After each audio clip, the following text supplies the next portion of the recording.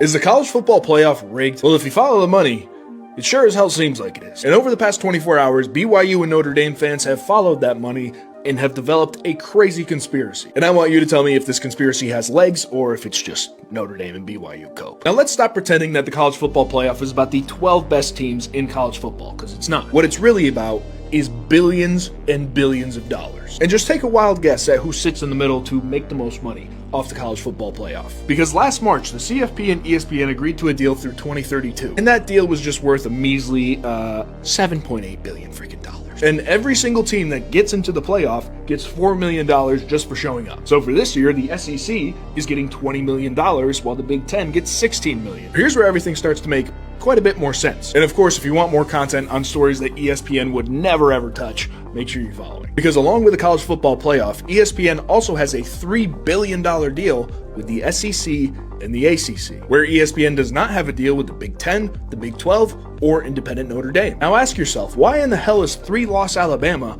in the college football playoff over Notre Dame and BYU, who both have better records than Alabama? Or Miami, who yes, beat Notre Dame head-to-head, but Notre Dame was ranked above them for weeks. Like Notre Dame lost to Texas A&M by 1 point in week 2.